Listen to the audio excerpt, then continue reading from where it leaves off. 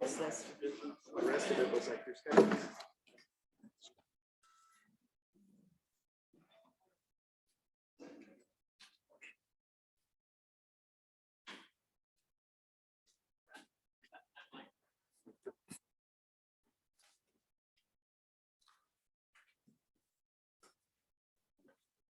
Is our clock ready?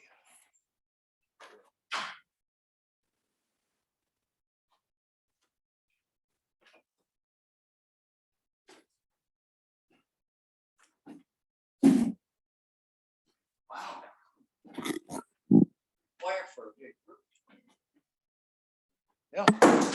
Nice looking group. Good morning, everyone, and welcome to the Yuba County Board of Supervisors, Tuesday, February the 8th, 2022 at 9 p.m. If you will please join me in the Pledge of Allegiance. Please stand. Salute. Pledge. I pledge allegiance to the flag of the United States of America and to the republic for which it stands, one nation, under God, indivisible, with liberty and justice for all. Roll call, please. Supervisor Vasquez, Here. Supervisor Blazer, Here. Supervisor Fuhr, Yes. Supervisor Bradford, Here. Supervisor Fletcher. Present. Thank you. Consent agenda. All matters listed under the consent agenda are considered to be routine and can be enacted in one motion. Move to approve. I'll second. I have a first and second. Any comment from the public? Seeing no comment, roll call, please. Supervisor Vasquez, Yes. Supervisor Blazer, Yes. Supervisor Fuhr, I'll vote no on 48 and yes to the rest. thank you. Supervisor Bradford, Yes. Supervisor Fletcher. Yes. Motion passes. Thank you. Special presentations. This morning, we have a special presentation received from on Article 14 forward. And I believe Julian Murphy is presenting. Do we have a presenter? There we are. Wonderful. Good morning. Yes, I do. Don't go there. Yes, please. This way. Oh, that way. Yeah, the 50-50 chance of being right, you know?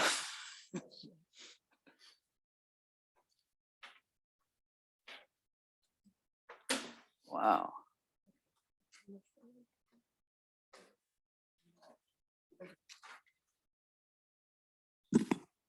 All right. Good morning. Thank you to the Yuba County Board of Supervisors for allowing me to present today on behalf of 14 Forward and the Salvation Army. I want to take this opportunity to share with you kind of like where 14 Forward has been, where it's at, and where it's going as you consider a motion today.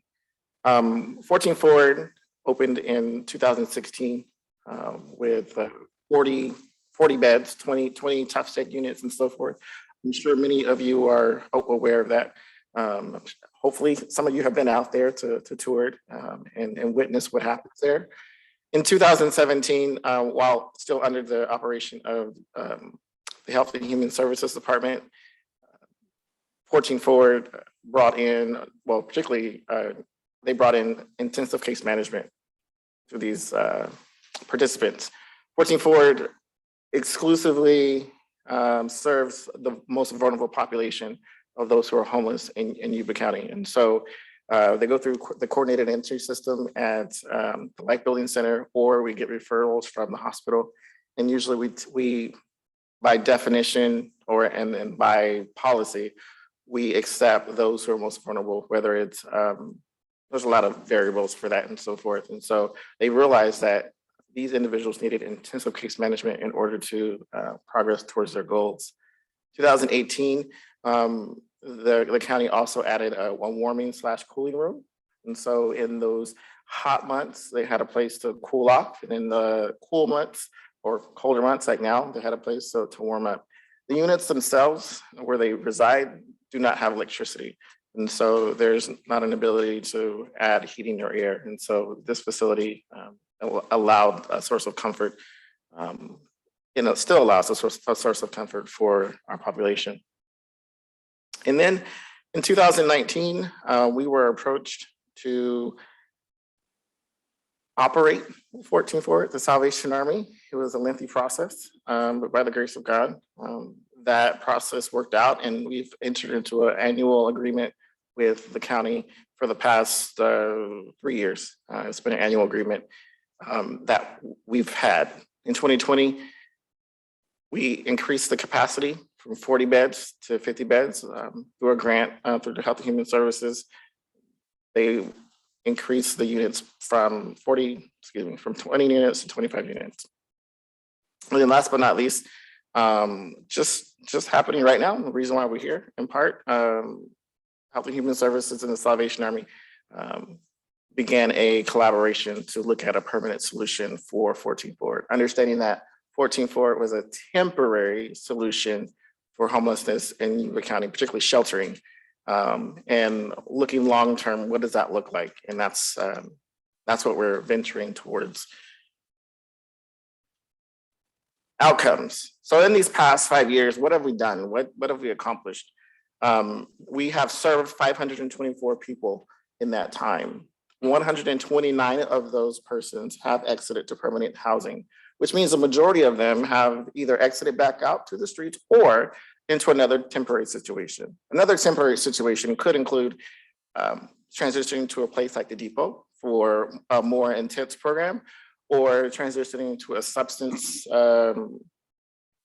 abuse type treatment program, or something of that nature, or transitional housing, but maybe not into permanent housing. But realizing that because we're serving the most vulnerable population, some individuals, they exit before we can actually reach full self-sufficiency, whether it's permanent housing or employment. We have 117 of those individuals have obtained or retained employment. 42 have obtained their disability income. 112 have obtained county benefits.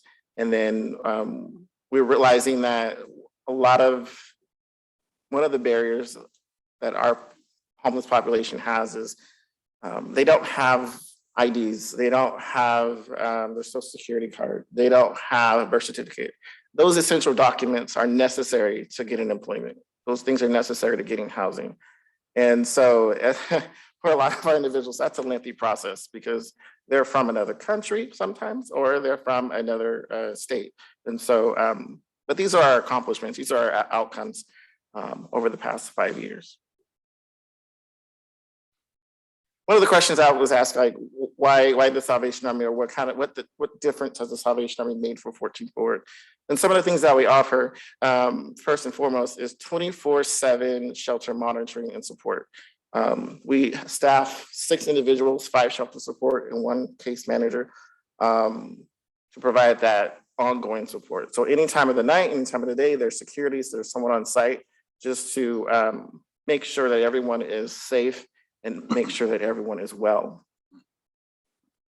We also provide on-site case management. Every participant at 14 Forward does receive case management from our case manager, and that includes barrier reduction.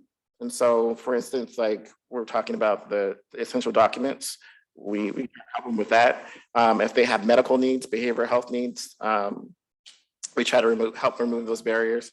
We also do service coordination. We have a breadth of partners and service providers in which we connect our participants to help them reach their goals. And then housing navigation.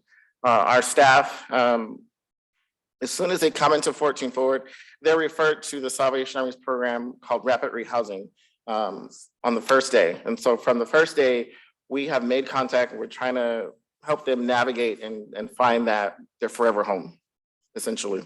And so there's no delay in that. The goal is that we can do that rapidly, maybe within 21, maybe 42 days, to get people back on their feet. We do also provide basic accommodations. And so we provide bedding to every participant, a tote and so forth. Though we don't provide meals on site, we partner with the Mission where they can get meals, they can get a shower and so forth. At the Life Building Center, they're able to do their laundry. And then, of course, we've enhanced the day center or the day room, the cooling and warming room. And so we've painted some walls. Costco, we got some donations from Costco, and we were able to put some new furnishings in. There's a TV, they can watch movies and so forth. Once again, just try to make it a little more than just a roof over their head, but add a little source of comfort.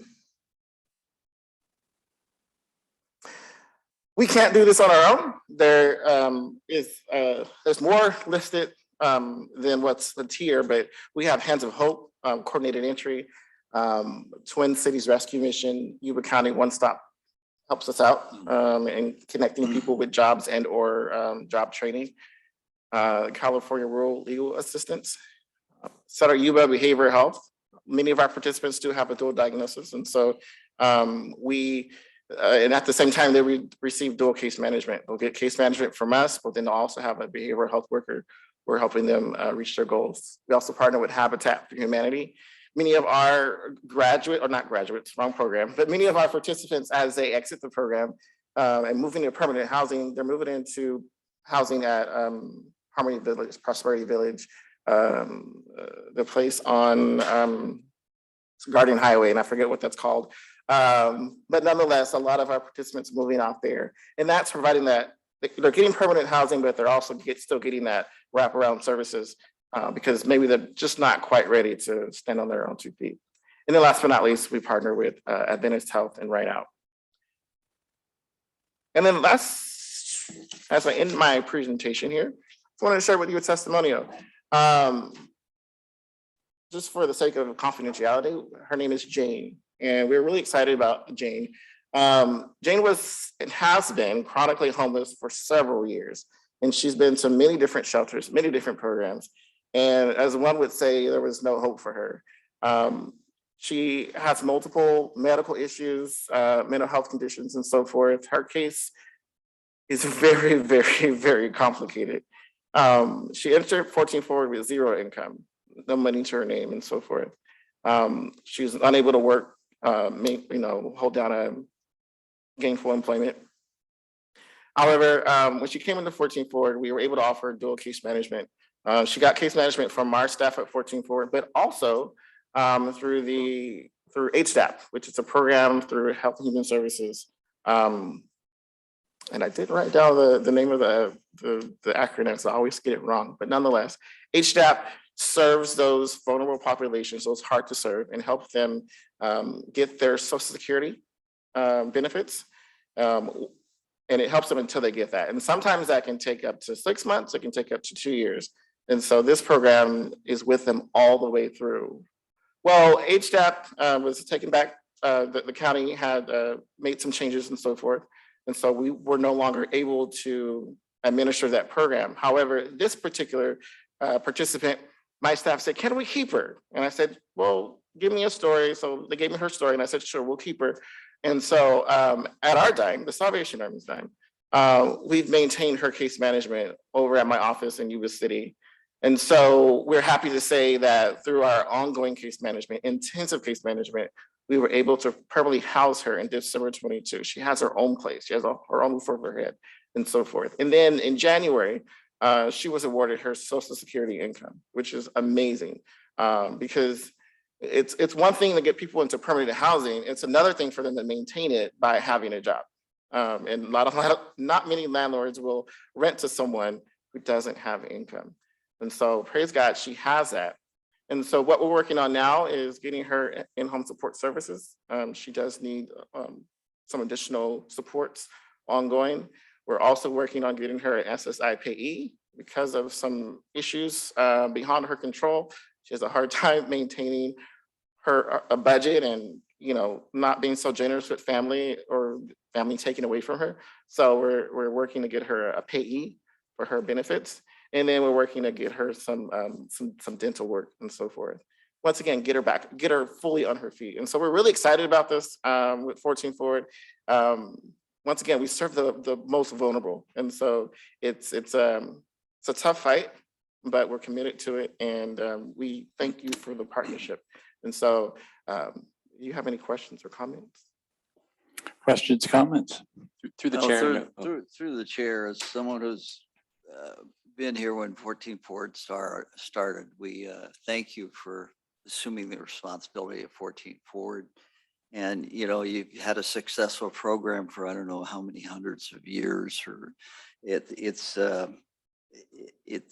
gives us another avenue that you're doing things that we could never do to provide them services. And we thank you so much. And You're it's, welcome. the 117 gained employment, that's phenomenal. Thank you. You're welcome. I just want to echo what Supervisor Vasquez says and send a big thank you for your work at 14 Forward, as well as other things that Salvation Army does in the community and the partnerships that you have with other organizations in our community that are serving the most vulnerable. So thank you very much. And it's great to see, and hear the success stories that are out there in our community. So very encouraging. Thank you. Comments from the board? Other than, I see one more coming. No. Yeah, it's great to hear the successes, and I'm sure at times you feel a bit overwhelmed, to say the least. So thank you. You're very welcome. Any comments from the public? So hearing none, my comment on this, you know, what's really interesting is all of the positive things that we started somewhere years ago that you partnered with. What doesn't show on this is, had we not done this, what would have happened to everyone out there? What would the crime rate be?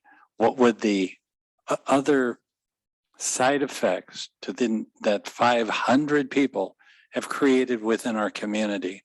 We'll never know what that is. But what you've done is create a positive from a negative. And it's, in my opinion, it doesn't get much better than this. So the dollar spent for the dollar returned is huge. And your effort, your energy really makes a difference. So thank you for what you do. Pass it along to your staff. Will do. It's very critical to our community. Thank you for the presentation. You're welcome. Moving on, item number 32-2022 is receive a special presentation on the economic feasibility of a food hub in North Yuba Foothills. Stephen Dambeck, I believe.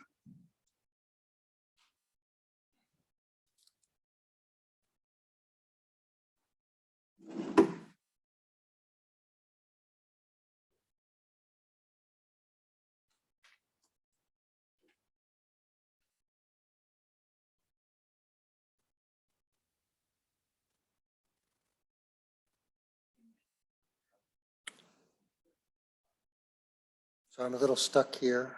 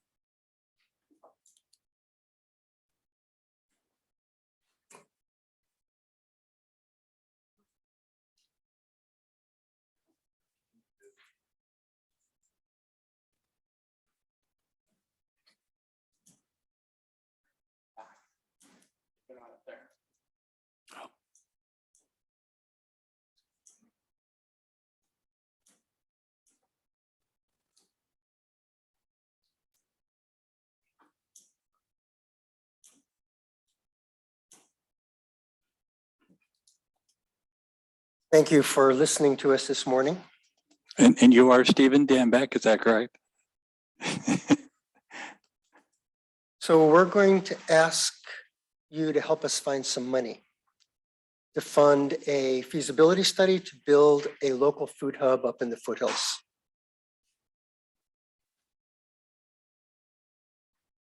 Doing our due diligence in preparation for this presentation, we visited a lot of stakeholders, including Michelle Downing at the pantry.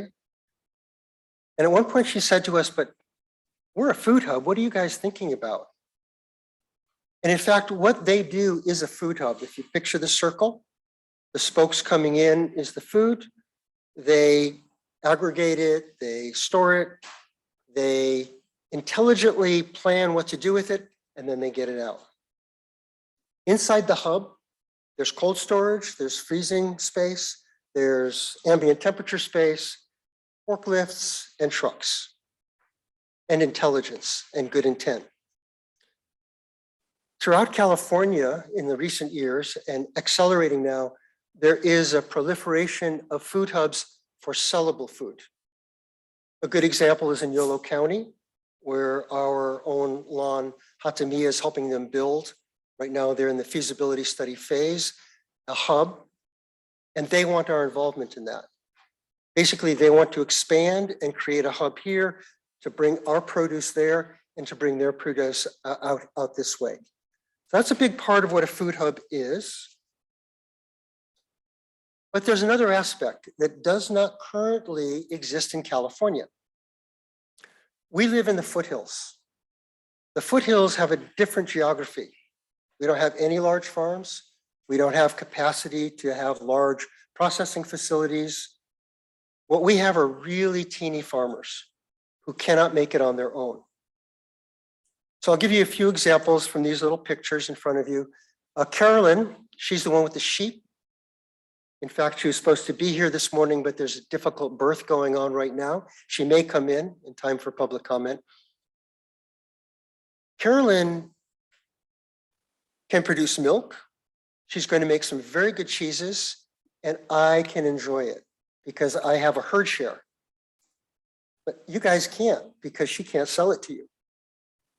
That's a big loss on your part, I'll have to tell you, but even bigger for her because she cannot get the critical mass to be a viable business. Without access to a CDFA approved dairy, creamery, she can't make it. Now, the next figure to my right is Salvatore, the guy with the sausages. He has water buffalo, he's Neapolitan, he makes great mozzarella, but he can't afford a creamery either. I can enjoy his product, and you guys can't, and he can't be viable. We have other people with cows, with sheep, and with goats. Cumulatively, they could afford or they could support a creamery, but they can't build it. What we're looking to do is to build a food hub that is community-oriented, that actually in this circle looks out to the local farmers and producers and ranchers, and in the center is not just an aggregation point, but a processing point. He's making sausage from pigs that he and I raised together. I've really enjoyed it. Sorry you can't yet, but maybe we could with slaughterhouse facilities. The two figures on the bottom, that's Antonio and Britt. They raise great vegetables. As you know, if you farm at all, however good you are, there's going to be a good percentage that cannot be sold. It's just not pretty enough, but it can be eaten. Currently, we use it for our animals and for our compost, but it could go right to people, especially as our volume increases. But it doesn't make sense to drive it down to Michelle to push back out through her food hub. And the girl in the middle, she's from Yes Charter Academy, already Yes is engaged with what we do as farming. They come out, they learn, they participate, and they actually buy a lot of our local food. What you're looking at is a community, but a community that cannot coalesce without a hub.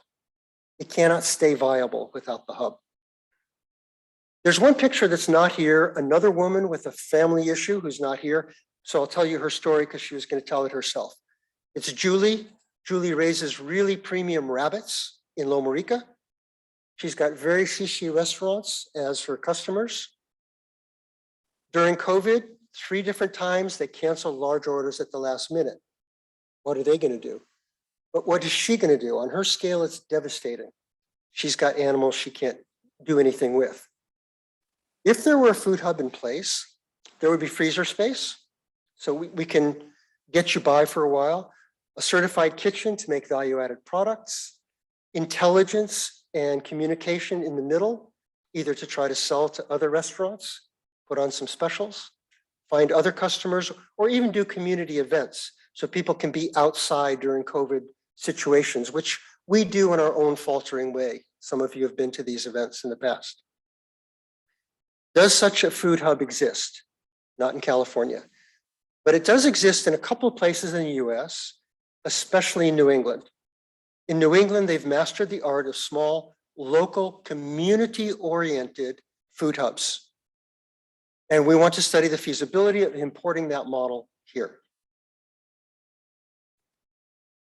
This is a standard view of what a food hub is. Basically, the stuff comes in, it can be processed there, it's stored there, aggregated, sold, and then it goes out.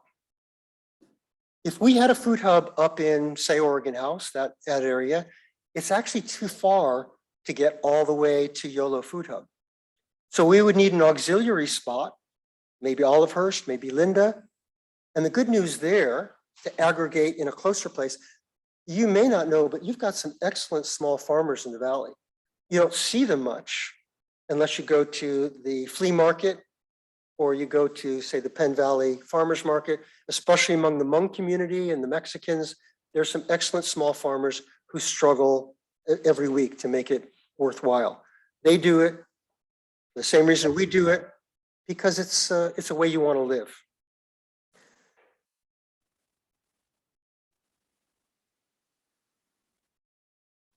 What's special about my area up in the foothills? Well, I live there. That makes it special to me, and I'm very community oriented. But there are also some long standing businesses. Is Tommy here? Tom is the fifth or sixth generation of Richard's grass-fed beef. 6,000 acre operation in Oregon House, and they are leaders in the industry in managing land, managing the grasslands, the quality of the meat, and they have to drive 300 miles to have their animals slaughtered. So there is considerable interest, and Brenda has expressed that there's quite a bit of interest down here to create a slaughterhouse that's closer and that maybe even small guys like me and Salvatore can utilize.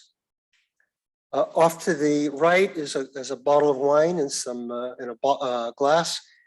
You may know that we're among the premium wine areas of the foothills. What you may not know is how special it is. Actually, more wine is sold in New York in pre-sales, because these guys are savvy, than is sold in Northern California. There's a link there. Very special wines, and people should come up and see them. Then there's a picture, Cafe Collage. I know some of you have been there. Very high quality, open over 20 years. And then there's a picture of me. I don't think it's very favorable, but that's what it is. I have a food hub. It's very small. I work with farmers who are very high quality. I don't work with any farmers that don't work with the soil and biodiversity. They have to be beyond organic to be part of what we do. And we have the customers for them. But I don't have a single farmer yet who can actually make their living just through farming. I'm not big enough. My storage isn't big enough. My capacity isn't big enough. But a couple of things to point out that we learned during COVID that are very germane to a community-oriented food hub is that during the height of COVID, when people didn't want to come down and go into a store, we had increased calls, especially for the wealthier of our neighbors, for delivery. We started delivering to Lake Wildwood because people didn't want to leave their houses. But during that time, we didn't see so many people without good disposable income. And as soon as it loosened up, people were coming out. We have a once a week open market because they wanted to be with each other and to be in socially distanceable space. We have a lot to learn about what will happen when there are difficulties, a continuing pandemic or supply chain breakdowns, other things that are going to go on. And then there's this adorable little girl with her new chicks at Yes Charter Academy. Yes needs to be not underestimated for the power that it brings to local food and to community building. This picture is a little fuzzy, but it's really important if you just give me a second. You see where the little dot is for Falaki Farms? It's like that big on the screen. That's 3 acres. That was our best farmer of all. He gave up 2 years ago farming, but for the last 3 years of his business, he grossed between $140,000 and $180,000 a year. That's a lot of money for a farmer, gross. But he couldn't make it because the cost of selling was too high. He couldn't get it to Sacramento or Nevada County on his own in his pickup truck without refrigeration at 4 o'clock in the morning because it's not so hot. If there had been a food hub, I'm sure he'd still be in business. And if we get one, we can get him back. But the other thing I want to point out on this map, you see the Oregon House Grocery and Deli, that's our downtown mall. Across from it is land, and there are about 400 acres of land like this in Oregon House and Dobbins. That's almost as deep as what you have in the valley. In some places as deep. 400 acres. Juan Jose is 3 acres. That's a lot of land. Could we produce food that would come down to Rideout Hospital or to feed into this, this network? Absolutely. Right behind Falaki Farms is a ditch that can carry water to feed the farms. You all are sure are aware that in Central California, because of the drought and subsidence and salt, land is coming out of production. Food costs are going up and land like this is at a premium. There is nowhere else in all of California that has this kind of land. Oregon House and Dobbins. It's a huge asset that hasn't been exploited since the late 19th century when people did farm here and brought their produce to Camptonville and Downeyville to the miners. So what would the feasibility study do? We need to understand our dynamic better in our small community to make our community system work. We have a great deal of poverty up there. We have isolation, lack of transportation, food insecurity. We have children who are obese at a high level in Yuba County. We have a problem with all the associated diseases. And we've seen what happened during COVID, what continues to happen during COVID, and need to understand how we can react in future to disruptions of any kind. And then the last thing we need to build is a relationship with the chamber. I know Marnie is here to bring money in from outside, because handing money to each other is good, but money coming in from outside is better, especially when they visit, they buy some gas, they build up downtown Marysville and those beautiful brick buildings, and we actually have some revenue coming from outside. We also have to understand the scale of revenue that would come to Yuba County from taxes, from the sale of what we do. And just to point one more time to Lon Hatamia, who's been mentoring us the whole time and is deeply engaged, to be sure that we're aligned with what you guys have just gone through in creating the economic plan. This is the most important slide of all. I'm not going to say anything about the blue zones because Steve's going to speak for himself. Marnie's here from the chamber. We have 2 people, Louise and Cheryl from Yes. The key thing I want to point out, well, the Camptonville Community Partnership, people you work with very well, they have already pledged to work with us to understand the socioeconomic impacts and find some solutions. It's the top 2 I want to talk about, and hold on to your hats in a way. Marymount University has a graduate program in entrepreneurship for social change. Their professor happens to live in Brownsville, loves the project, and has assigned them for a semester 20 students to study the food hubs in New England. That's 20 people for the whole semester to study what works, what doesn't work, how much it costs, who owns it, what are the bylaws for the nonprofits. They're going to dig into all that information, and their deliverable is not only that, but its applicability to the Yuba foothills. I mean, it's an unprecedented gift. And to top it, we've connected with the people in New England who build the food hubs. The heart of it all is the University of Vermont, the Ag Extension. Their guru is Hans Estrin, who goes and confers with all the different food hubs. He's pledged himself for this project, if we can get it going, for 20 hours. and virtually unlimited access to his interns and staff for both the Marymount people here and the consultant group we would like to bring in. Your hats are still on, probably, but for me, it's incredibly powerful. This slide just shows we need to study the distribution area. That's the bottom slide. How do we link in with other networks? And also, how big is our community? Are we talking about a community of a 5-mile diameter to help those farmers you saw in the first picture? Or do we go a little bit bigger? We need to understand that. But the important part of this slide is the top part. We're not going to produce a feasibility study, bind it really well, and put it on a shelf. The deliverable we propose is a fully created and vetted business plan, actionable. We don't know what it's going to look like yet. That's why there's a feasibility study. It could be that by the time this project is over and we want to work on it quickly, that we would have a grant written to the USDA or other grantors to actually fund the whole thing. There are people out there with money. Or perhaps we write it as a business plan for private investment. And again, we don't want to have them guess. We can actually write that plan. That has to be what we're doing. It has to be actionable. What's it going to cost? We've worked with Lon, of course, in California, with our friends in New England, with the USDA. When people ask for feasibility study money from $130,000 to $150,000 for a food hub, everybody considers that a fair number. We're doing something much more ambitious than the typical feasibility study because we need to have an actionable business plan at the end. But we have so many in-kind contributors that we want this as our budget to hire a consultant and to get to work.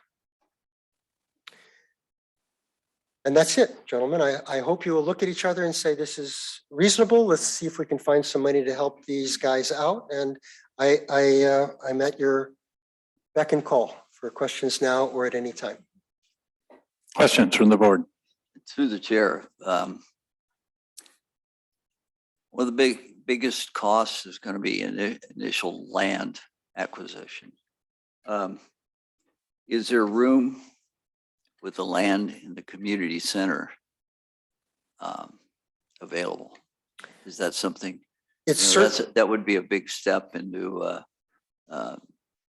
lowering the cost of your project. It's a really important point, Andy. And in fact, when I talk about a complete business plan, it has to finish with where's it going to be? What's it going to cost? Who's going to own it? Where's the money going to come from? What is the economic benefit? Would the community center be an appropriate place? I think it would. There are 2 or 3 other places that actually could be quite feasible for it. It's premature to determine that. That's what the feasibility study has to state. But these are ideas that are important and need to keep feeding in as the project develops. If you can get a commitment for land there, it's a big step toward making our decision easier. I don't think I could do that before, Andy. First of all, there are a couple of other really spectacular places that could vie for it. I understand, but loan me your checkbook.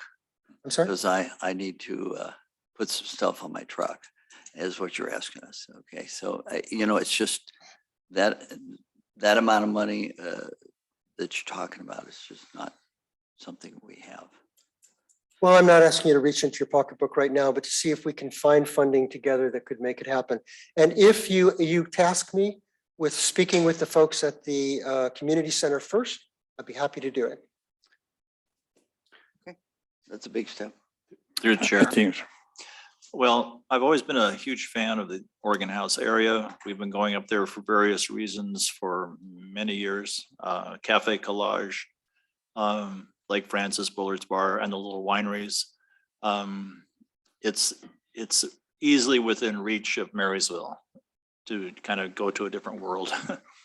I'm not going to expand on this too much because you have some other presenters that are going to duplicate what I'm saying, but we really appreciate the area.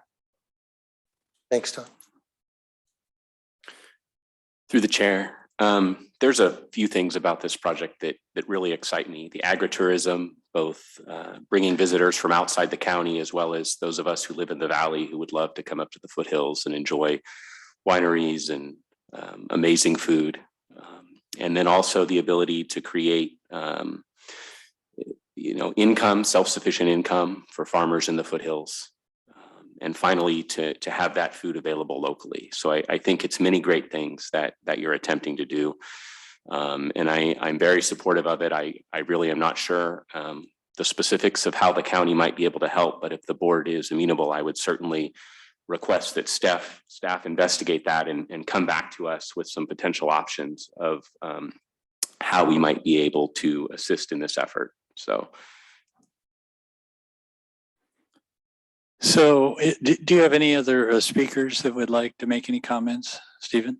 We do indeed. First, I forgot to introduce our eminent professor who's guiding the students down in Southern California to do our work for us. That's Professor Earl. And yes, I think there are 3 or 4 other folks that would like to speak on our behalf.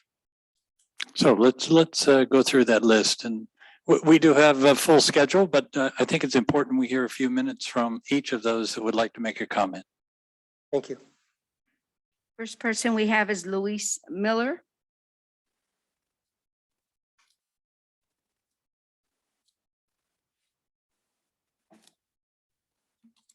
Hello, my name is Louise Miller, and I'm the Principal Superintendent at Yuba Environmental Science Charter Academy. The acronym for our school is YES, and I'd like to talk a bit about YES Charter and how it relates to a food hub in the foothills. We have been delivering project-based environmental science education to K through 8 students for 14 years, and the school is located on 10 beautiful acres that has a garden, a greenhouse, a hen house, a pond, and a native plant trail. With COVID funds, we added shade structures with outdoor seating so that lessons could be moved outdoors. Each class has a year-long project that's based on an environmental science issue. For example, the 2nd graders are guided by this question: how can a community feed itself sustainably?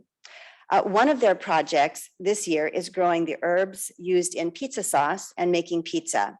Another project is, and you saw a picture of it, is raising chickens and gathering eggs for the school cafeteria. They learned to cook omelets in their classroom. These 2nd graders are learning firsthand how a community feeds itself sustainably. Middle school students are studying the issue of drought, wildfire, and forestry management. They are using the UC Extension Firewise curriculum, which they, by the way, piloted a few years ago, to do hands-on fire science investigations. One example, they have prepared the ground for a control burn that they will carry out later this year. Next year, the 8th graders will be able to attend the 1st year of YES High School. YES High School will be a college prep and career technical education school with 3 pathways. We've been working on this for 2 years, doing research and reaching out to employers: forestry and natural resources, entrepreneurship, and visual arts and media. YES is dedicated to serving the community by providing our students with the skills to work in forest resilience projects and other local industries that pay a living wage. YES Charter has a farm to school program. Our farm to school director, Cheryl Hoke, will tell you more about the great things that she's able to do with our students in the garden, the greenhouse, the hen house, at food tastings, nutrition classes, and the like. Being part of a food hub is another way that YES wants to support our community. The YES Farm to School Coordinator and the YES Cafeteria Manager already work with Yuba County and other local farmers to serve as much locally grown produce as possible in our school meals. We would like to extend this opportunity to our community so that community members will have access to fresh, affordable, locally grown food. Thank you. Thank you, Louise.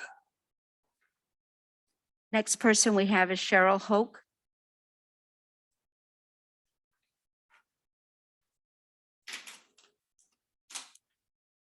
Good morning. Morning. My name is Cheryl Hoke and I'm the farm to school coordinator. So I'm the chicken lady, the garden lady, all of those types of things.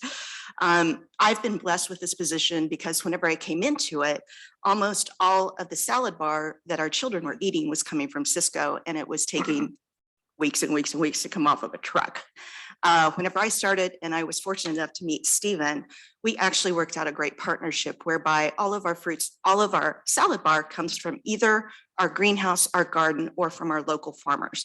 A great deal of our produce also now, or fruits now also come from them as well. So what I get to do with having food readily available is to teach children how to take care of themselves. So the chickens arrived last Thursday.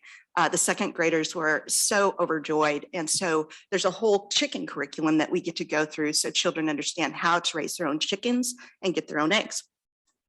We have a lot of nutrition education. So most students require 70 hours of nutrition education a year in the state of California. So having a food hub and having those kinds of foods for taste testing so the children really get to understand the foods that come from their region is hugely beneficial. And then let's talk about SEL, social emotional learning. So our children have been devoid of that for 2 years due to COVID. And so having them come back into school has been a challenge because they have been sitting at home. They haven't been getting to have the interaction with children as well as interaction being outdoors. So my job is to take the kids out for 30 minutes, at least once a week, sometimes twice. And it really helps break down behavioral issues. And I think that that's what's most important because we've got to get them back to a level playing field after the COVID crisis. But I think the Food Hub offers a great deal for students to learn more about their community, to be involved more in their community, and also for us to be able to outreach to the community, give some of the foods that we'll be able to produce through the Food Hub to them. Thank you very much. Thank you. Next person we have is Marnie Sanders.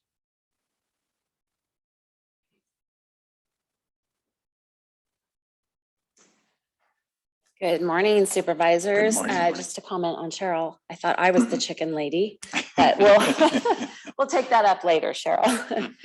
I had the distinct pleasure of going on a tour last week with Stephen Danbeck and really getting an inside look at the foothills and all that the abundance that is there. And I'm just so impressed. I'm so impressed by the business owners there. I'm impressed by the people who live there. They're so passionate about what they do. And this idea of a food hub is really exciting for me. And, and the chamber is behind this because I really believe that this is going to support the businesses there and provide them the resources that they need to be thriving in the community. And it's only going to help us in attracting people to our community. We've been talking about tourism and attracting people to our area for years and years and years. And how can we do that? We have got this secret gem in the foothills, and I think we're missing out on some great opportunities. I mean, we can put together some great tour packages. I feel like I was on one last week, visiting a sheep farmer, having a taste of locally grown products. I had this beautiful kale salad at the Clover Cafe. I visited the Yes Academy, and they're doing some amazing things there. So, I realize it's a money thing, but I think it's worth, really taking a look at how our community can pull together and make this happen. I mean, we've seen time and time again when we work collaboratively, big things can happen. And I think this would be huge, a huge economic driver for our community and, with some investment in it. So I support, again, the chamber supports this idea. I'm just making sure I've covered everything I'd like to cover here. One other comment I would like to make is in related to agritourism is that we have missed opportunities. You've got the Sacramento Farm to Fork. We should be bringing people here and they should be going on tours in the foothills. And I think this is something really simple that we can do, but then, having that food hub to, again, support those businesses so we can be a strong, vibrant community that is open for tourism. Thank you. Great, thank you. Next person we have is Steve Kroger.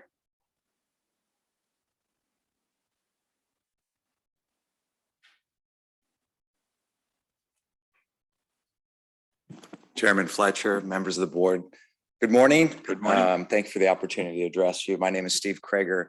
I am the executive director of the Blue Zones Project Yuba Center, which has been brought to our community by Adventist Health.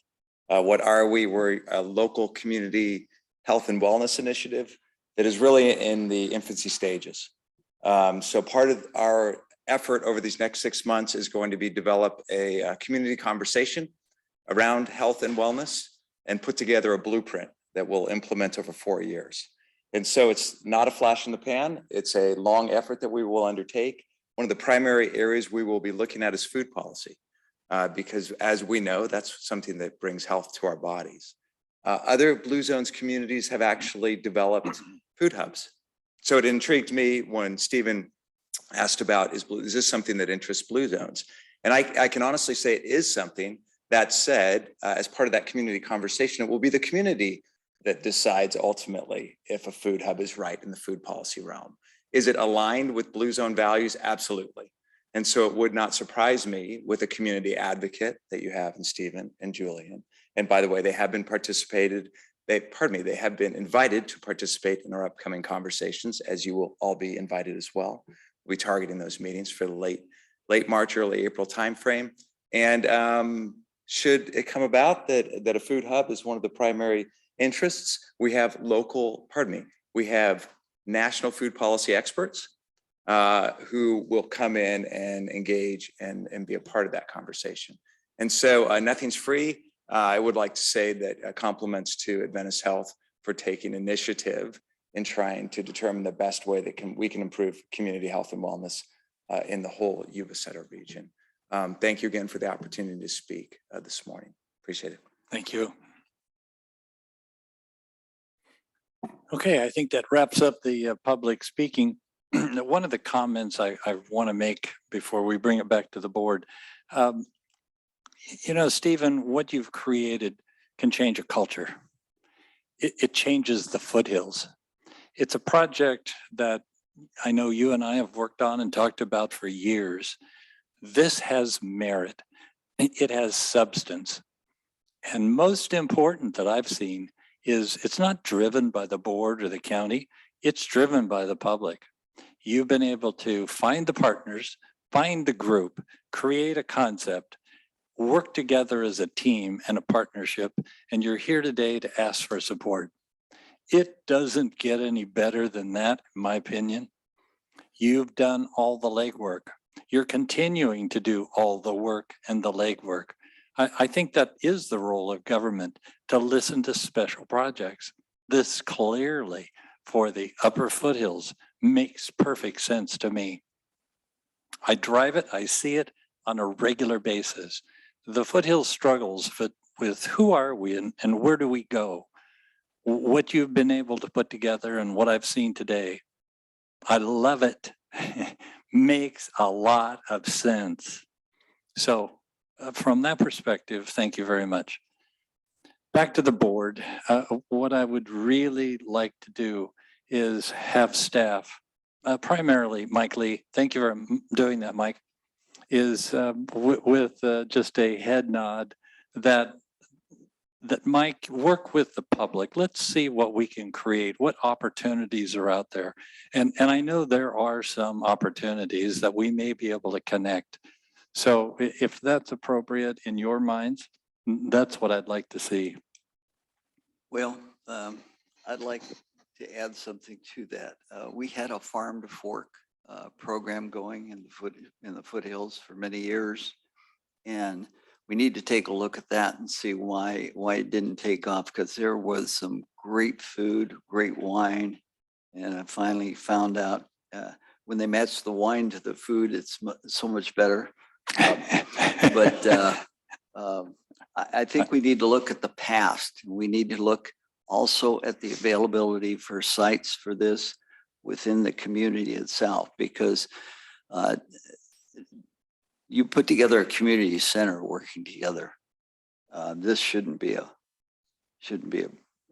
problem to be able to get the land, and getting the land is a big step. So I think we're in the right direction. Yeah. Okay, so if I hear that, see that, looks appropriate, wonderful. Mike, if you will connect with Stephen and we'll have that discussion moving forward. Okay, Stephen, thank you very much for bringing that in today. And all the speakers. Thank you. Okay, moving on to item number 53-2022, present a proclamation to Casa de Esperanza for Teen Dating Violence Awareness and Prevention Month. Andy, if you would work on that. Do we have someone from Casa de Yes?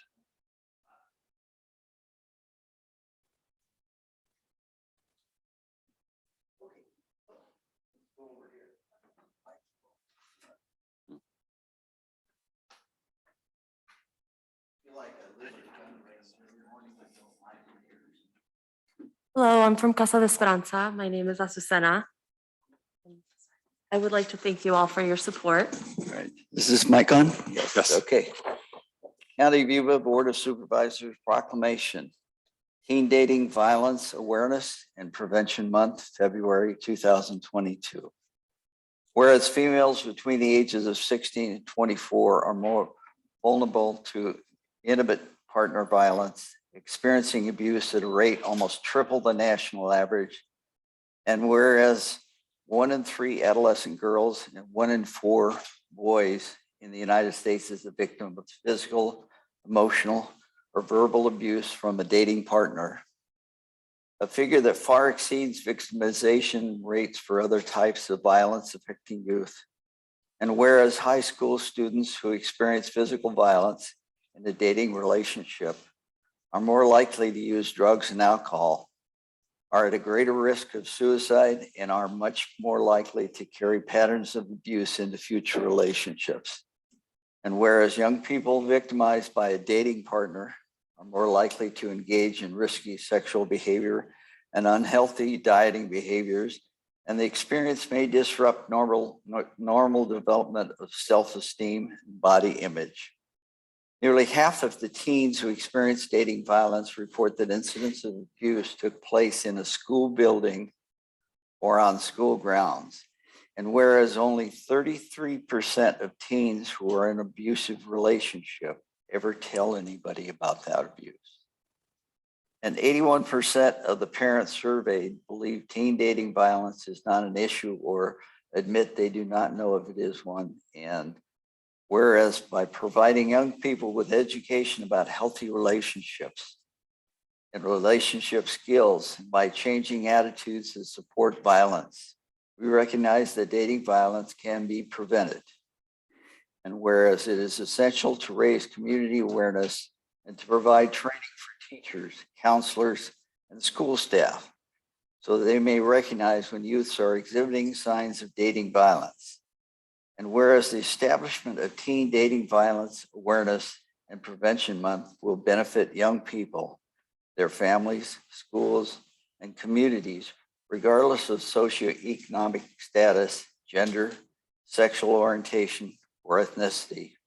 Everyone has the right to a safe and healthy relationship and to be free from abuse.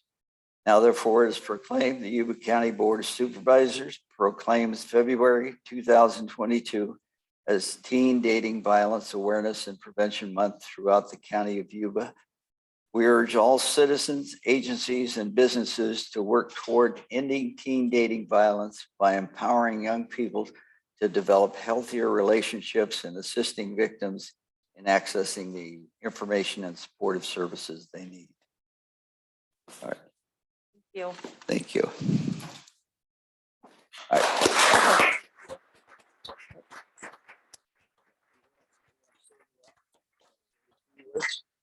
Anything? I just wanted to thank you all for your support and for having us here.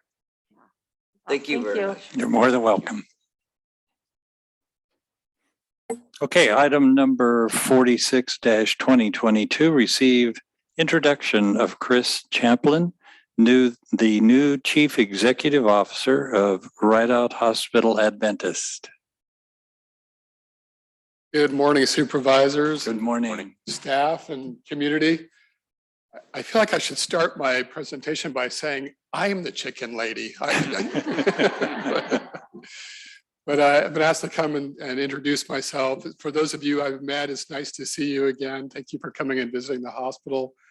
For those of you who I've not met yet, I look forward to that. A little bit about myself and my wife. My wife couldn't be here this morning. She wanted to come and say hi as well, but we recently purchased a home here in Yuba City, so we're looking forward to remodeling that and moving in. I've been in the business for a few years longer than I wish to admit to. I started out my career in the early 1980s working in county public health services, worked for Riverside County, San Joaquin County, did a stint at Indian Health Services, and then from there transitioned into the payer side of the business, where I worked for the company that is now Anthem Blue Cross for a number of years. About 20 years ago, made the transition to healthcare administration, spent the last 20 years with what is now Dignity Health. It used to be Catholic Healthcare West, and we went through all the transitions, so now we're Common Spirit Health. The last 6 years of that stint were with the Sacramento, actually Northern California division, where I was the Chief Strategy Officer for the facilities here in Northern California. So I joined Adventist Health on December 6th. So I think if I'm counting correctly, this is the start of week 9, and I feel truly privileged to be here at the facility. Our staff, our team, our physicians, our community board are spectacular human beings. They're just truly wonderful. Quick story, if you'll humor me. Our emergency department on average sees about 180 patients a day. That's a busy day. This past couple of weeks, because of COVID, we have been seeing 300 plus people every day. The staff are just pushing through it. I like to be there at shift change just to say hi to people. And you can see they're exhausted, they're weary, but they're empowered. They've got smiles on their face, and they're just doing a great job. So publicly, I'd like to thank the physicians, the healthcare providers. They've just been great. So where are we going to head with the hospital this year? Well, there's a lot of places we could go. As I've been here for 9 weeks, like I said, I've been kind of looking at where I think we ought to focus for the coming year. And I've chosen 4. We're calling it our focus 4. Number 1 is quality. We actually are providing high quality services already. The work that Cindy Gordon, our Chief Nursing Executive, and our Chief Physician Executive, Dr. Burke, are doing has really ended up in some very, very good results over the last couple of months. We're now actually leading Adventist Health in some of the quality metrics and in a few of the indicators. So very, very proud of that work. Number 2 is going to be experience.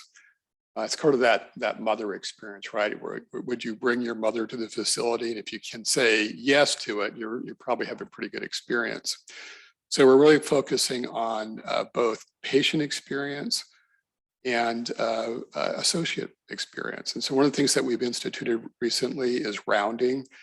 The entire executive staff every day gets out and rounds on our patients, rounds on our staff, just so that we've got face time and we're hearing that input one-on-one.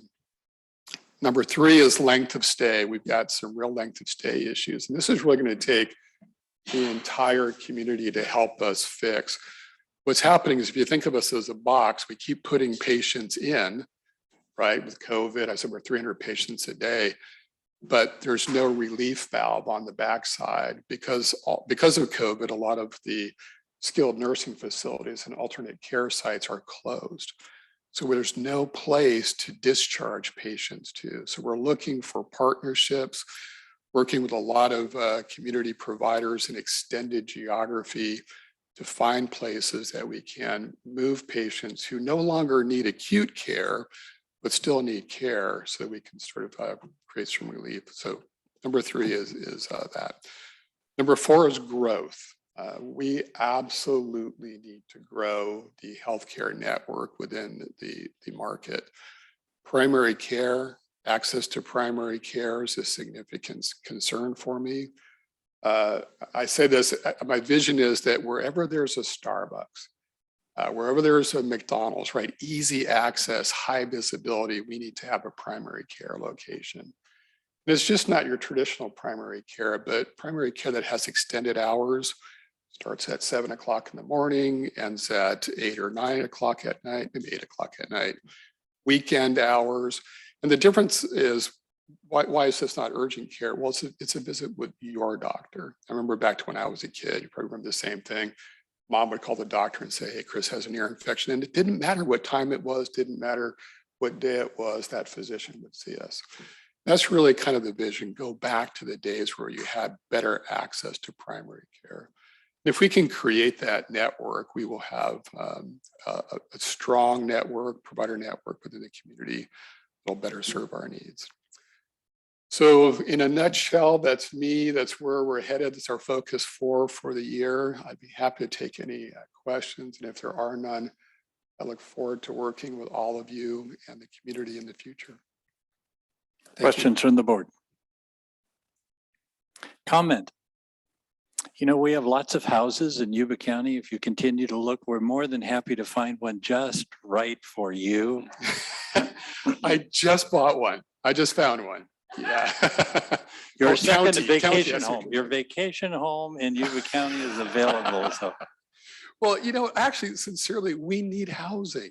It's amazing how hard it was to find a home here. And I didn't realize that Yuba and Sutter counties were such housing meccas, but we would meet and, you know, by the time we got to see the house, it already had 5 or 6 offers on it. It was crazy. And so as we're bringing nurses and doctors into the community, we're going to really need to work together to find places for people to live. We have a situation that we've had 2 years of 500 plus houses being completed in here, and we're looking at having upwards of about 600 this year. Yeah. So, you know, there are houses out there, just there are no houses in California. That's in the, you know, in the county, we have 49 on the MLS list. That's it. Right. Useless trivia. Yeah. Thank you. But we're building as fast as we can. All right. Well, we'll fill them up as soon as you can build them. I sort of have a housing related question. I'm assuming you still have quite a number of traveling nurses? We do. Yes. We do. About how many do you have now? It used to be like around 150. Yeah, I think we're down to 80 or 90 right now, which is still too many. And I don't mean that with any disrespect to traveling nurses, but the cost of keeping travelers is astronomical, is putting it mildly. And housing for them is still tough? Absolutely. Okay, thanks. So whatever we can do for temporary housing works just as well. And I'd actually like to convert a lot of those to full-time staff. But again, housing becomes an issue. So. Chris, thank you very much for coming in today. Let your staff know. Personally, I've had some experience at the hospital. You run a first-class operation. You have really good staff. They are attentive, they pay attention, and they're really good with the public. And the stress level I know is high right now.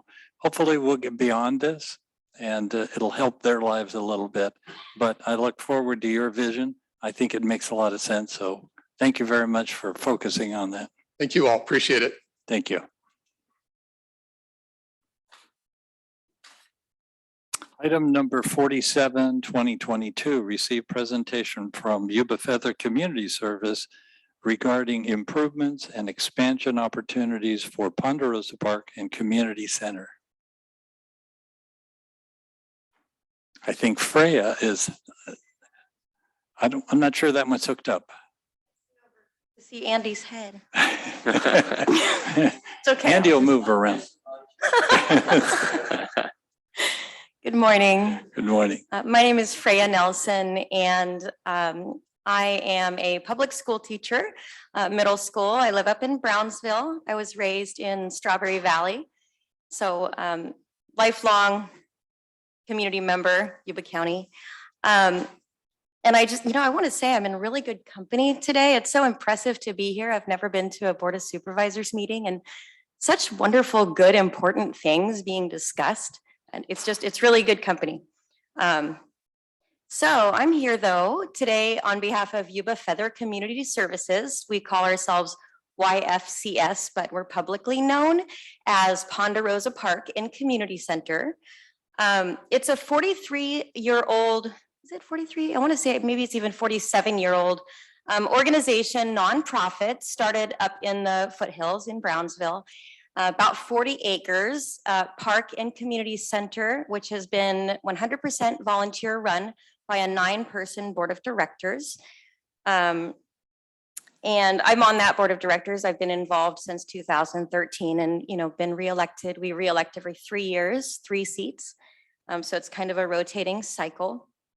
Our park is the heart of Brownsville. It is the one and only free, safe place people can go to recreate.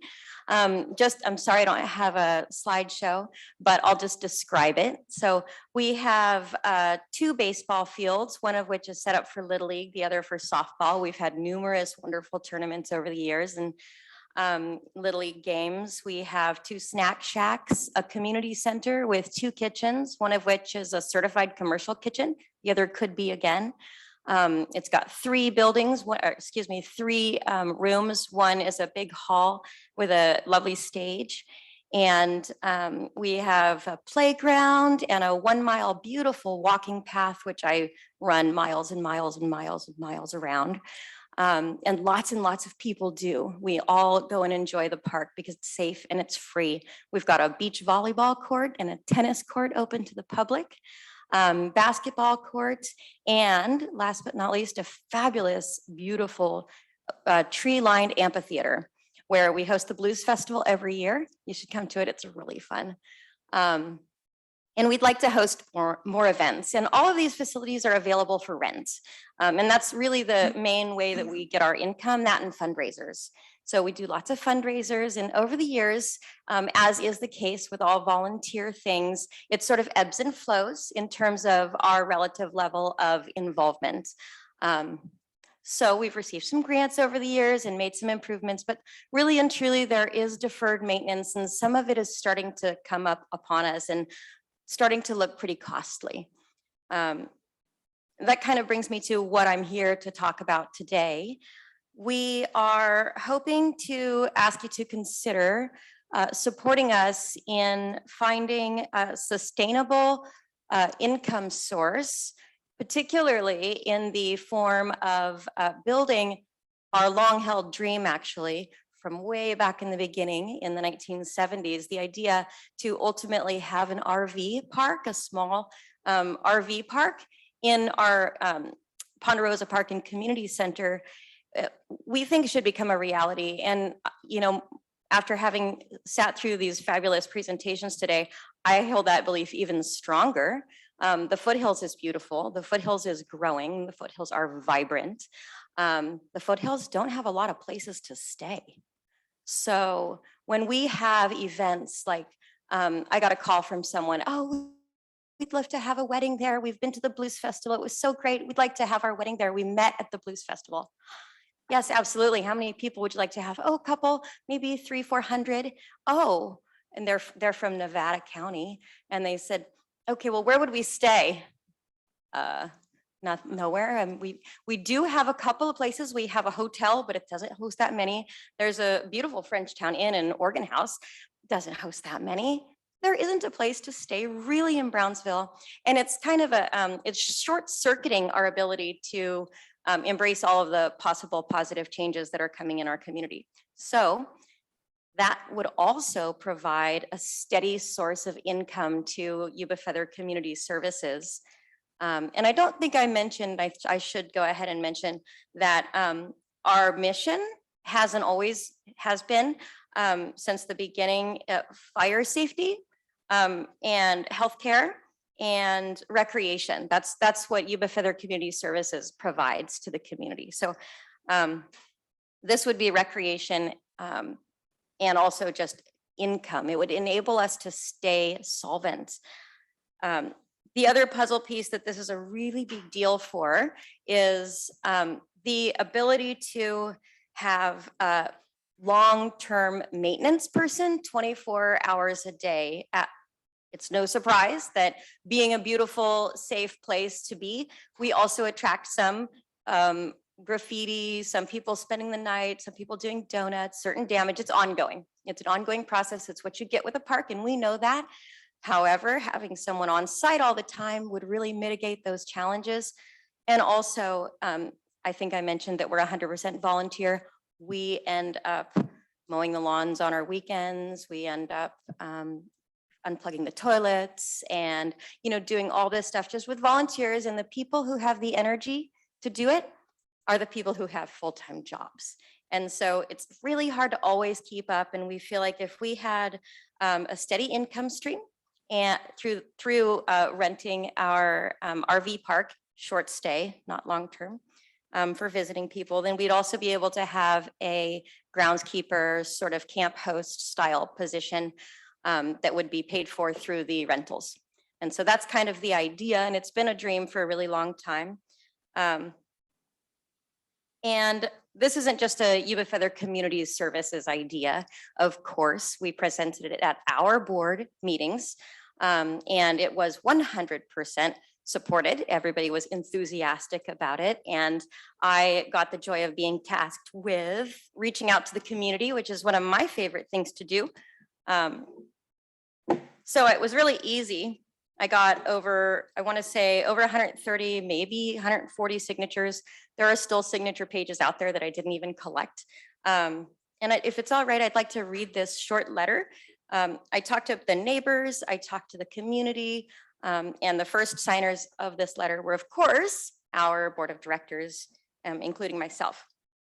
So, dear Yuba County Board of Supervisors, we, the YFCS Board of Directors, community members and neighbors of Ponderosa Park, fully support your efforts in conducting a feasibility study into possible improvements for Ponderosa Park and Community Center.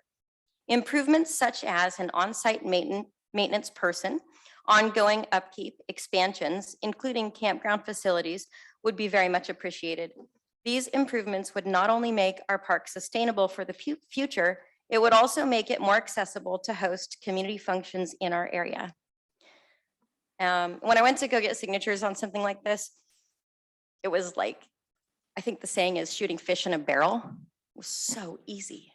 Everybody was like, yeah, that'd be great. That's what we need. My mom can't come and stay here from Oklahoma. And so we need it. And I don't know that I've got any more to say. Any questions? Questions from the board? Through the chair, would you have room for a food hub? Oh, yes, absolutely. The Brownsville Farmers Market is going to be, this year housed at the at the Healthcare Circle, which is part of Yuba Feather Community Services, actually. And we've been talking to Stephen about the benefits of a food hub for years. To me, it's a win-win situation. It's a win-win. As one who has attended the Blues Festival numerous times, it's a great event. It's just, I wish there was another restaurant up there because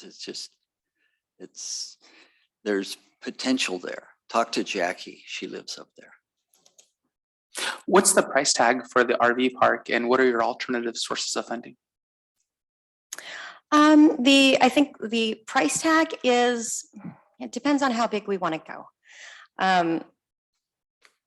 I'm gonna do, I don't really know what the ballpark price of building such a thing is. Part of it, I would think maybe 150,000, but I'm really not sure. Some of the infrastructure I think exists already because it was part of the original plans.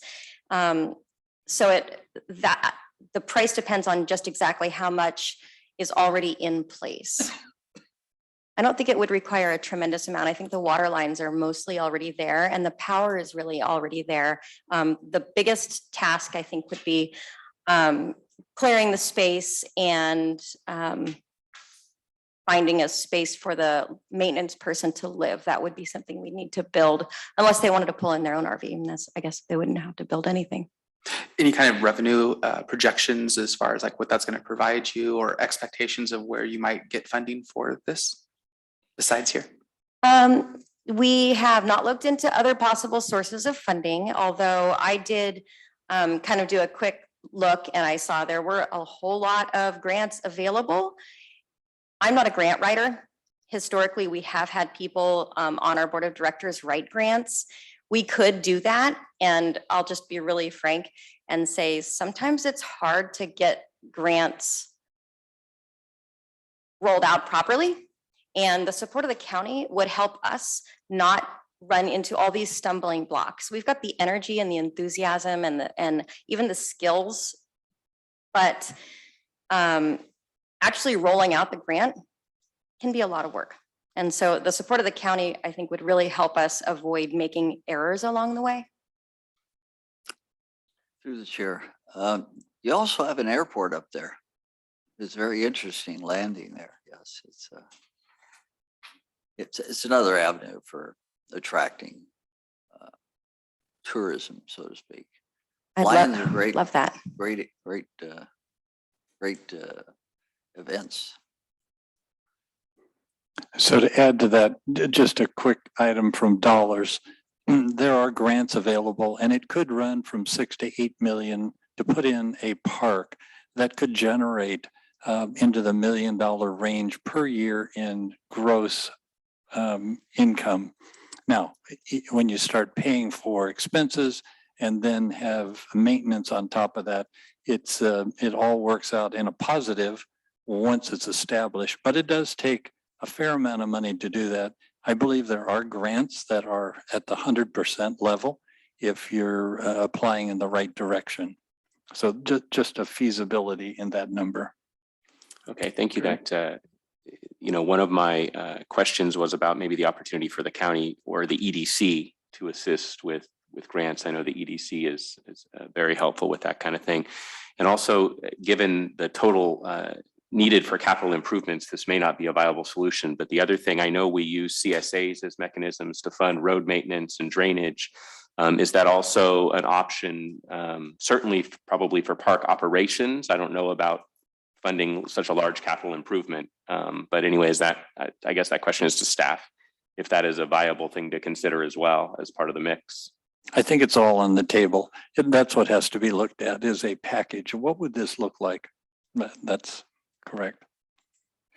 Any other questions from the board at the moment? Any comments, questions from the public?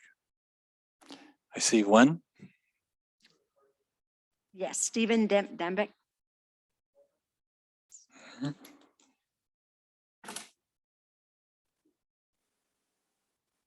Stand there. I don't know if this usually happens at Board of Supervisor meetings. I have just come to give a personal reference for Freya. Not that she needed it. I mean, she's completely who she is, but she's for many years been the strongest community voice and the strongest spark plug for Brownsville. And as a partner for a food hub or for anything else that happens in a community, give her lots of due deference. Thank you. Thank you. So Thank you. just a comment from my positioning.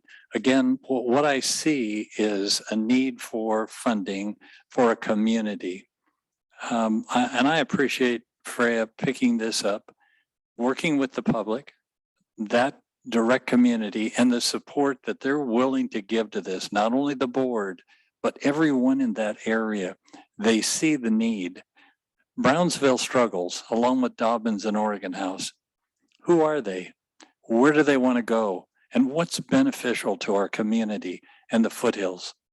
I think these are items that need to be driven by the community. We're not the source of all the answers. We're the support mechanism to help you get somewhere that makes a difference in your lives and your children's lives. The decisions we make are out for a lot of years. So a real benefit to our upper foothills. And it's part of tourism. It's part of the food hub. It's the restaurants, the wineries, they all connect. And as you begin to build this out, you will see a positive outcome as you move forward. So having said that again, what I'm looking to the board is your acknowledgement that it's worthwhile to bring Mike Lee. Thank you, Mike. And I believe there's already been some communication there to look at how would you package this? What would it look like? And how do we get from here to there? So is that reasonable? What I see is positive. So other than that, I think that's appropriate for this as far as we can go today. But thank you for bringing that in, making that presentation. I look forward to you coming back, and we'll keep in touch of what's happening. That sounds great. Thank you very much. Should I give you this stack of signatures? If you'd like to give that to Mary, that'd be fine.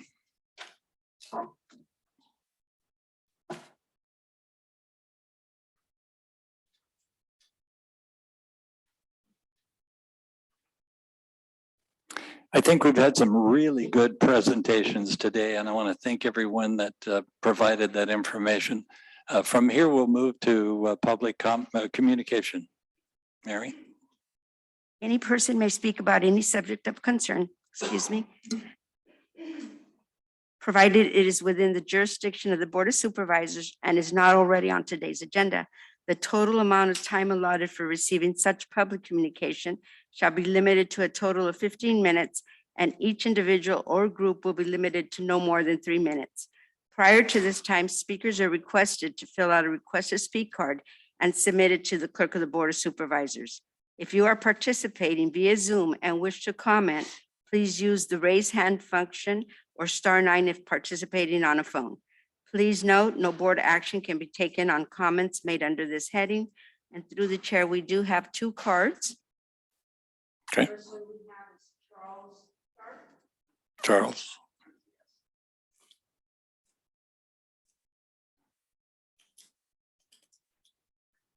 Good morning, Charles Sharp, Oregon House. I hope everyone is doing well today. To answer your question about the wines, Supervisor Vasquez, there are 2 wineries up in the foothills that market their wines in New York and San Francisco, and they are Claude Cerrone and Frenchtown Farms. And they're kind of a different level of winery. You know, you might say a different market than the other wineries up there, except for the library wines of Renaissance. They're special too.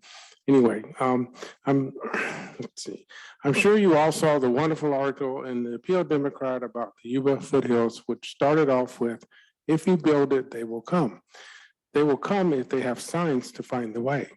It is easy for people to unfamiliar with the area to get confused as to where they are. GPS is not very reliable sometimes, and as a driver, seeing a sign tells you you're going in the right direction. One of the critical intersections at Willow Glen is Willow Glen and Marysville Road. One would expect Marysville Road to keep on going straight, not make a right turn. For more than a year, I've been discussing signs with Kevin Perkins and now with Rachel Downs about signage. I put together this concept sign.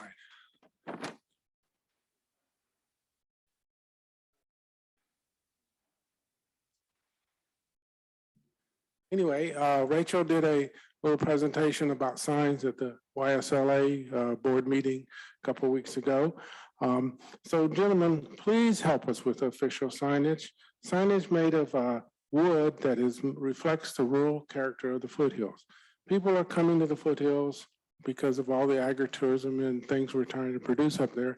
But and good signage shows the county as welcoming these visitors. So if you build the signs, they can find you. Thank you for your time. Thank you. Mike, would you be the resource for working on that? And great. Thank you. Second person we have is Robert Ledford.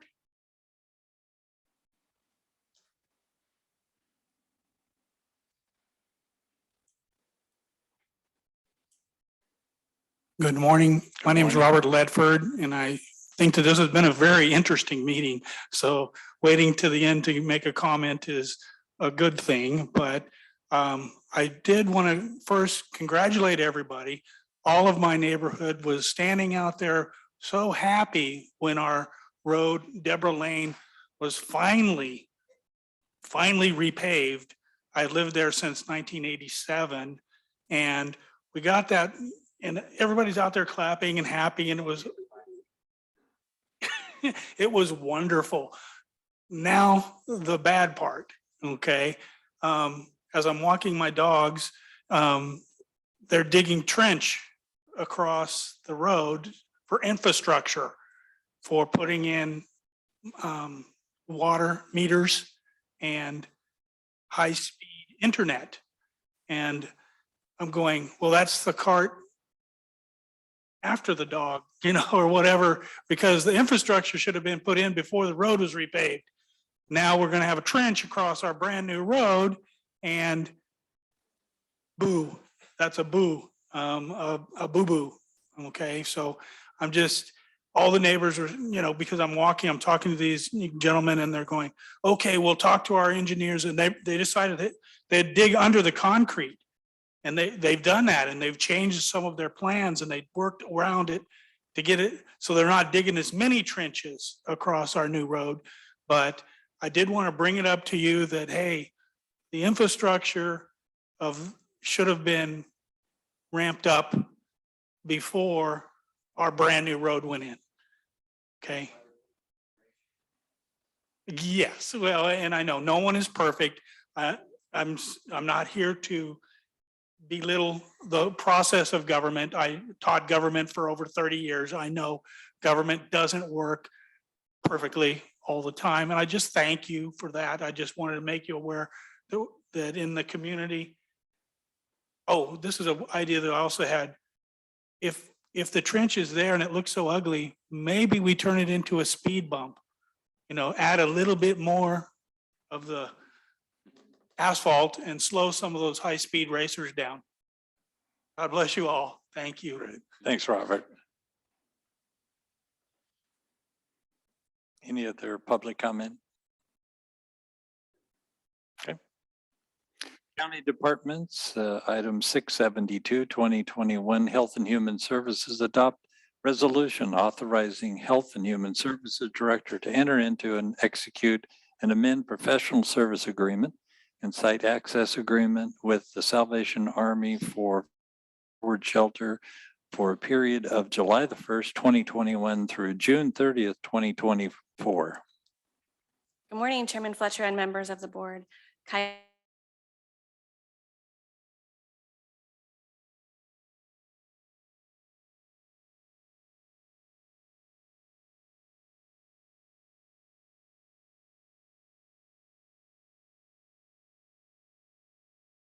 Most of the people living outdoors were not able to adhere to, resulting in many of our residents going without necessary supports to stabilize their physical, mental, and social conditions, including housing.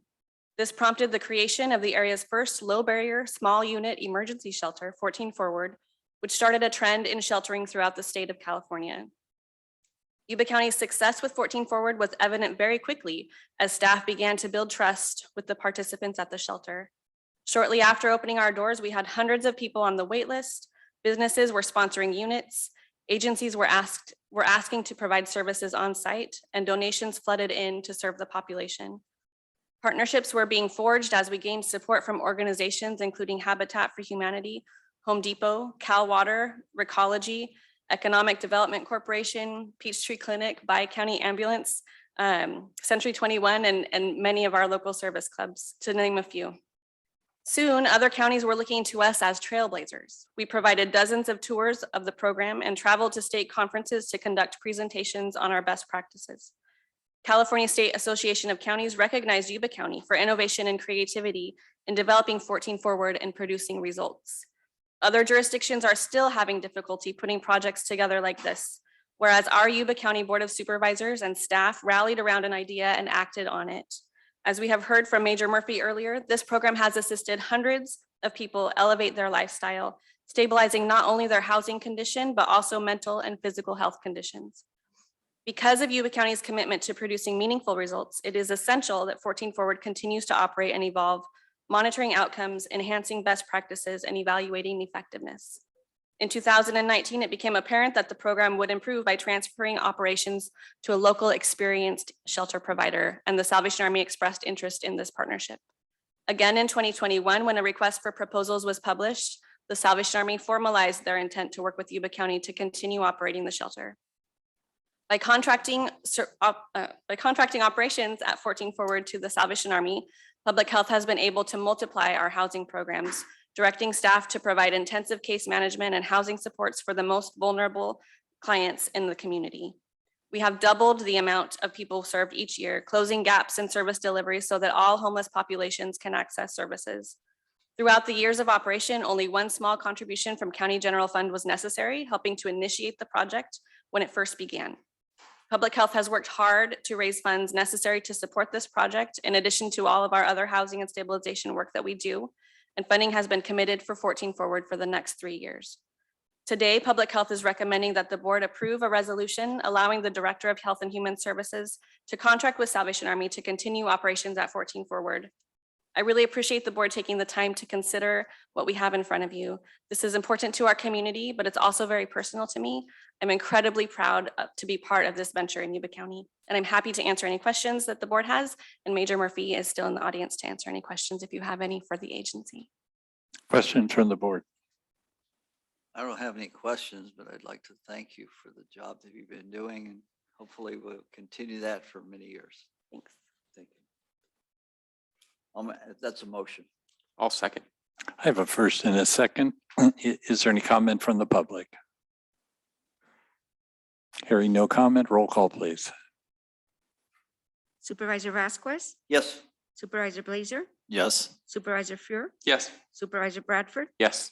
Supervisor Fletcher. Yes, Thank you. Unanimous, thank you. thank you. Thank you.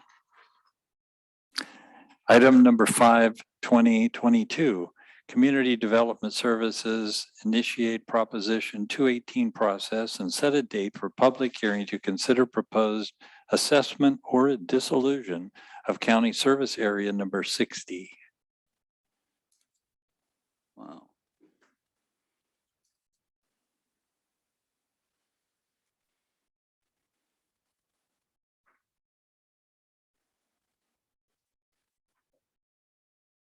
Morning to the chair and to the Good board. morning. Craig Herbert, construction manager.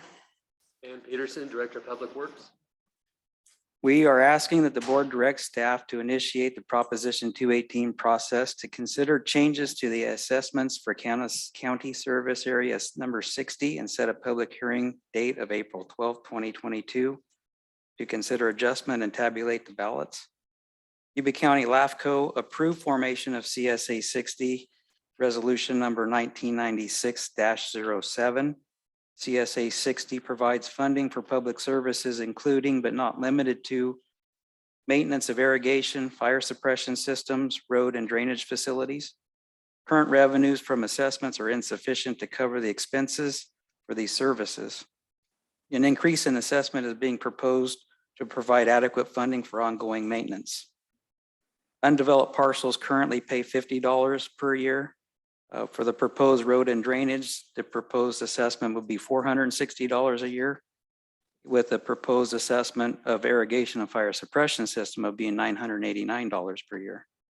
The developed parcels currently pay $200 per year, with the proposed road and drainage of $1842 and proposed irrigation and fire suppression of $3961. Under Proposition 218, a proposed adjustment to assessment requires a public hearing, and the change can only occur if approved by a majority vote of property owners. One completed ballot will be submitted per parcel, filed by the property owner, and may only be imposed if 50% or more of the ballots received are in support of the proposed assessments. Votes are weighted based on the assessments paid, and the property owners will be voting on road and drainage assessments separate from the irrigation and fire suppression system to determine the level of services that they want provided. The proposed action initiating Proposition 218 process is the first step in the overall process to adjust the assessments. Should the board direct staff to initiate this process, the tentative schedule would be to mail information regarding the proposed assessments to the property owners on February 14th, Each assessment notice will contain a mail-in ballot. The property owner can return the ballot indicated the approval or disapproval of the assessments if desired. April 12th, a public hearing will be held, which is 45 days after the formal Proposition 218 notice to the affected customers. And then July 1st, 2022 will be the date that the assessments would go into effect.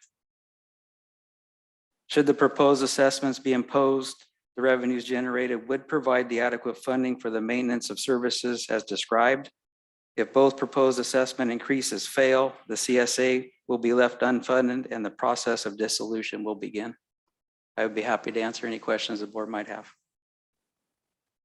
Questions from the board? Was this established in 1996? Yes, sir. And the rates have been in effect, same rates since 1996? That is correct. So if it's dissolved, then the landowners are on their own? Yes, that is true. Okay. It seems like a long time to determine that the assessment wasn't enough. It has been a considerable amount of time. And Considerable amount of time. the assessments currently paid are only generate $750 a year. Right. And that doesn't even cover basically the water bill from BVID. So did we have an opportunity, say, 10 or 15 years ago to start raising these assessments? I'm not sure how this works, so maybe you should explain it to me. In all honesty, we should have, much earlier than this, brought the resolution to the board and requested an increase in these fees. It's been brought to a head recently because of the deferred maintenance. We just simply haven't had the funds to do the types of maintenance activities on the roadways that we'd like to do. Also, there are issues with the fire suppression pond that are ongoing and unresolved. Quite bluntly, CAL FIRE would actually prefer that individual residents have their own water storage tanks as opposed to the pond because of the number of different issues related to a water storage pond. So there's a number of different things going on with this CSA, unfortunately. Craig and I have just, within the past 2 years become involved with this CSA. It's become obvious and a critical stage at this point that we address it. Either the CSA needs to be funded adequately so we can provide the necessary services, or the property owners have to provide the services on their own. Okay, thanks. Any other questions?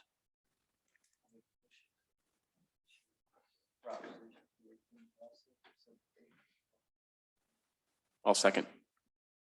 So one quick question. If we do dissolve and there are funds left in the account, where does that money go? Well, at the moment, there's a negative amount in the fund. So, yeah, there would Never no be mind. dispersal of funds. Very good.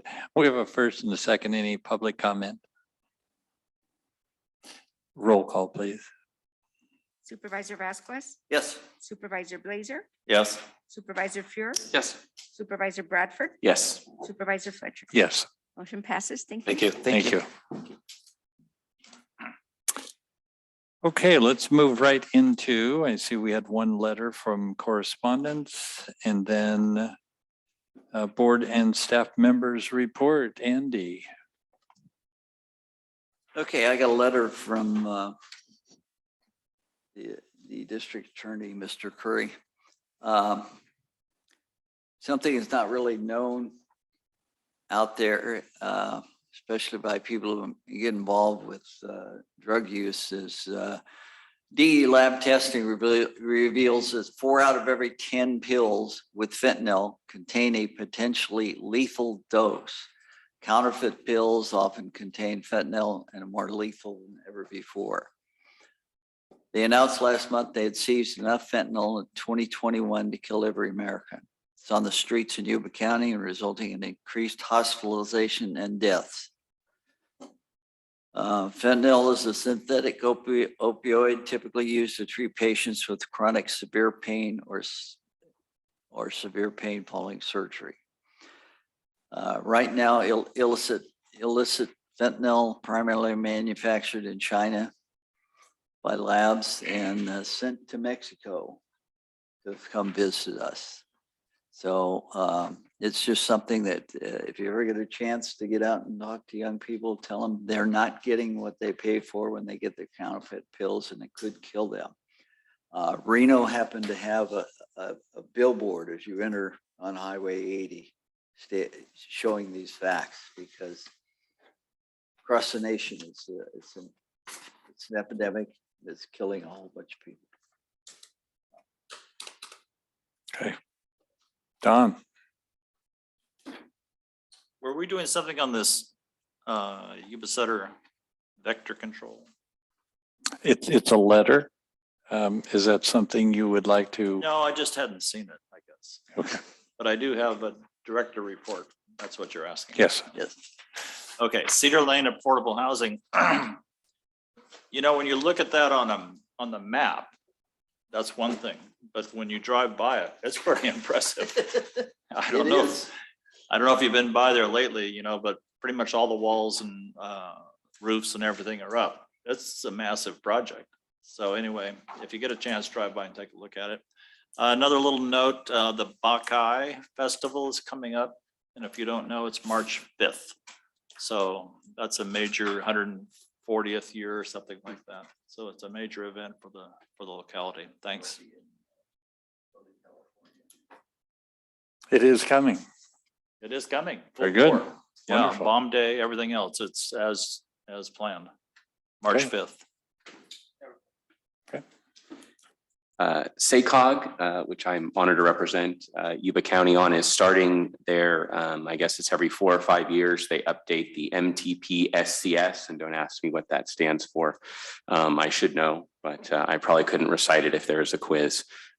Thankfully, they were going to rename it to the Blueprint 2024, so then I can remember that, and that's easy to understand. But it's essentially land use forecasts, development forecasts, population forecasts, job forecasts, and transportation projects for the Sacramento region through both 2035 and 2050.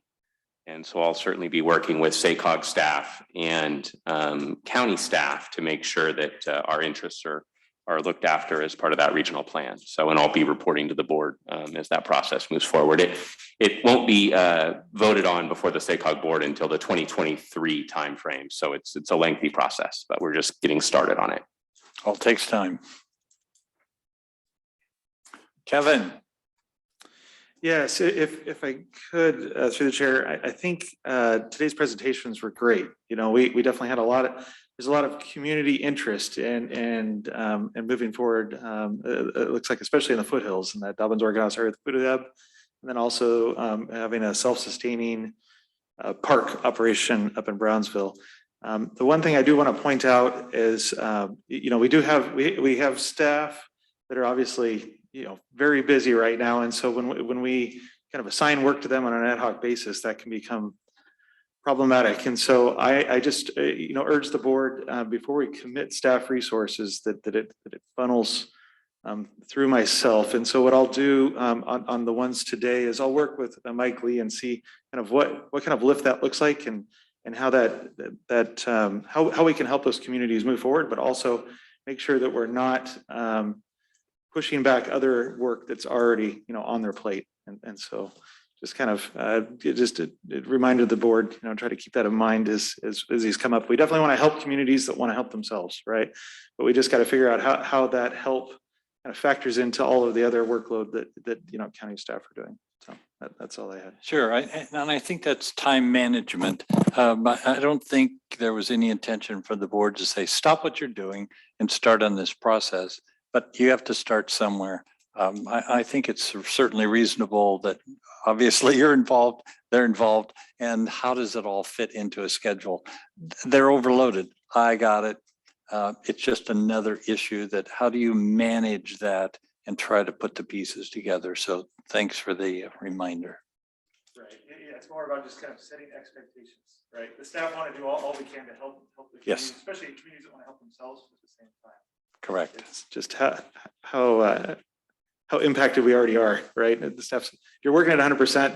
I know it's like give 110, and it's and I think maybe they've already done that, and it's like, all right, now 120, right? At some point things break, and so it's just making sure that there's that expectation there that, you know, staff's going to do what we can to help find resources for the communities that want to help themselves, but at the same time, we're trying to work within our existing workload. Yes. Yep. County Council. Oh, you have a list. I see a full. Well, in that vein of staff taking care of some things, Supervisor Vasquez asked me to take a look at upcoming or pending legislation regarding or attempting to address some of the increases in crime that we've seen throughout the state.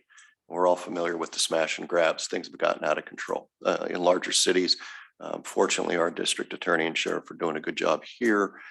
So we're not hearing about it as much in our communities, but as we often say, what you permit, you promote.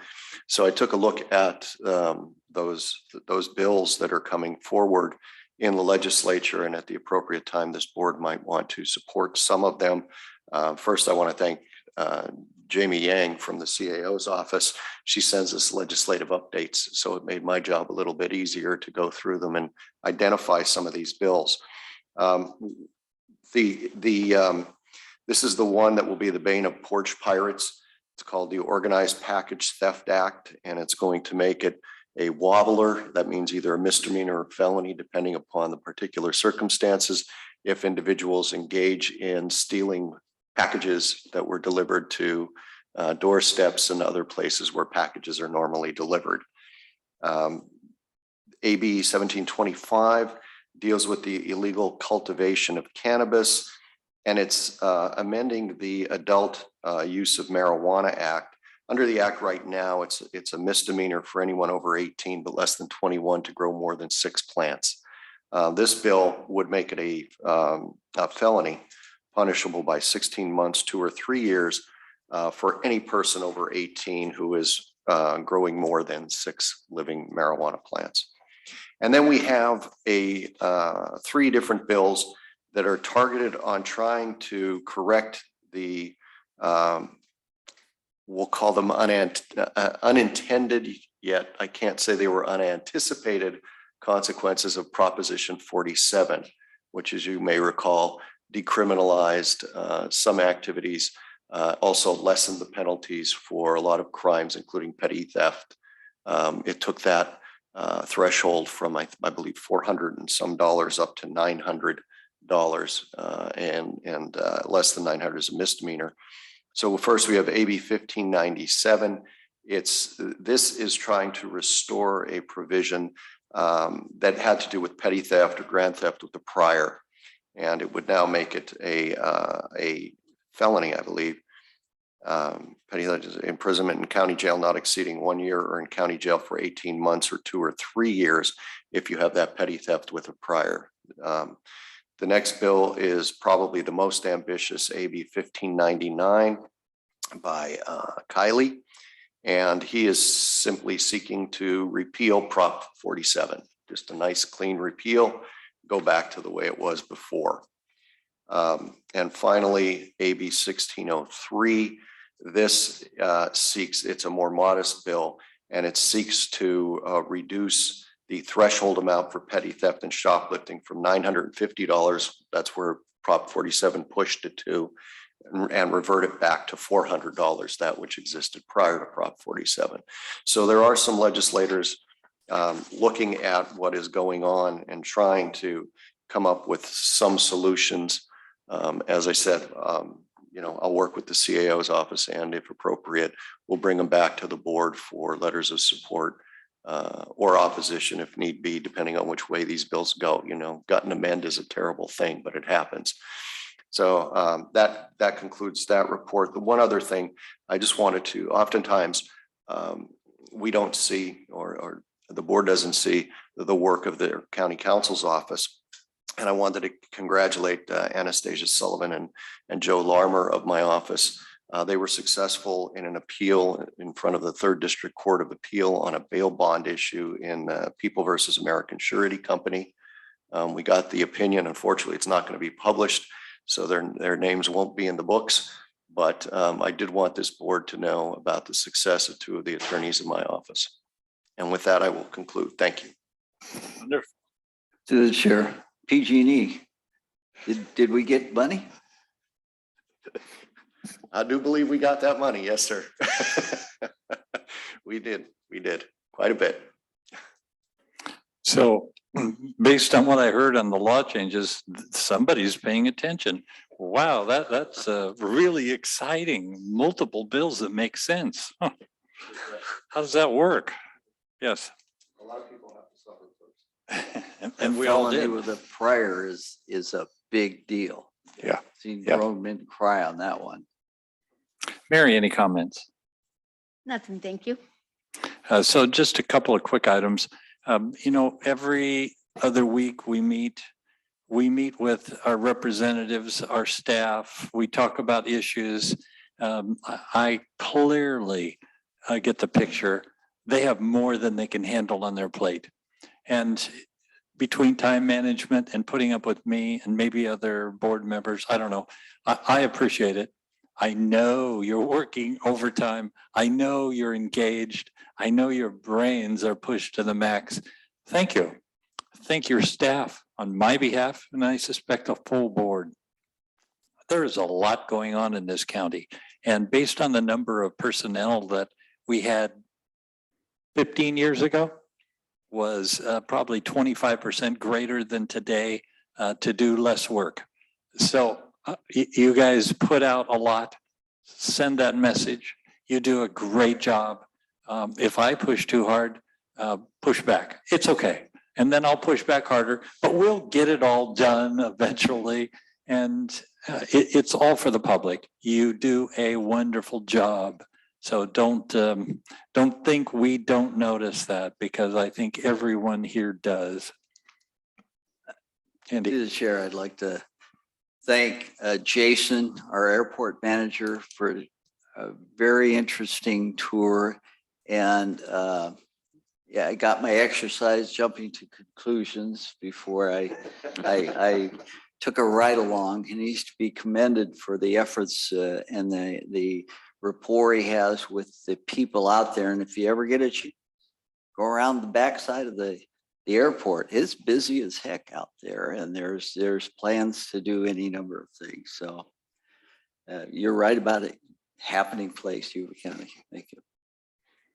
And today I would like to close in memory of Louise Schultheis, a longtime Foothill resident. So if there is nothing else, this meeting is adjourned. I just talked Jason into a direct flight from Murraysville to Maui. Or there's a